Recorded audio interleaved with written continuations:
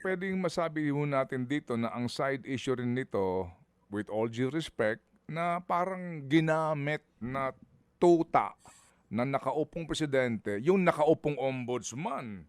Kasi sumunod lang siya sa utos ng presidente, kaya niya agad-agad din tinanggal yung kanyang deputy overall ombudsman and, well, again, with all due respect, galing pa naman ito sa Supreme Court na ating dating ombudsman. Ano sa inyong basa o tingin, Attorney Dinmel? Merong maaaring masabi yan, maaaring mong hindi masasabi yan. Pero tingnan natin ang chronological events, no?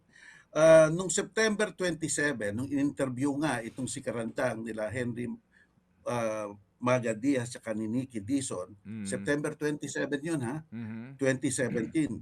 Forthwith, nung September 28, 2017, sinabi ng AMLAC, hindi sa amin ang gagali ang source ng news na yan.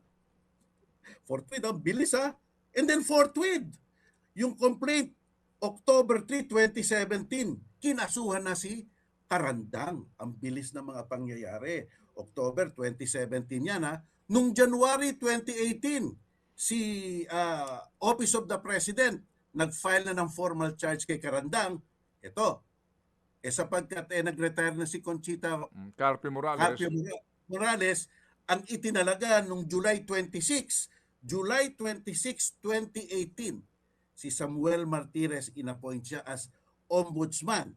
Ito, 4 na araw, July 30, 2018, ang office ng presidente, hinatulan si Karandang, tsugi ka dyan, tanggal ka. At pagkatapos, nung June 14, 2019, ayun na, si ombudsman nag-release ng order, cease and desist ka, huwag ka nang do not perform your obligation as deputy ombudsman, at tinalaga na si Edelberto Sandoval bilang kapalit niya. At ang sabi nga ng Korte Suprema, ang nakakaawa dito, ito I will quote the Supreme Court, there is no showing that the ombudsman, si Martires conducted an independent evaluation of the administrative charge of Karandang. And Karandang was not afforded the opportunity to be heard. So nabigla na lang dito si Karandang, kaya umakyat na siya sa Court of Appeals. So kita mo, no, napakabilis ng pangyayari nung mga araw na yon. Doon talaga nasunod yung forthwith. Diba?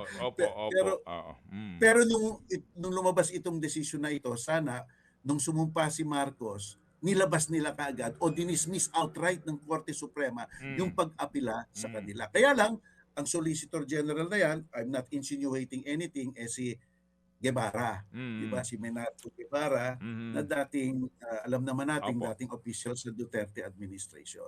Mga kapatid, patuloy po kayong tumutok sa 105.9 True FM para sa totoong balita, impormasyon, music, and entertainment. Mag-subscribe sa aming YouTube channel at podcast at sundan nyo kami sa Facebook, Instagram, X at TikTok sa True Network PH. Bisitahin din po ang aming official website, truefm.ph.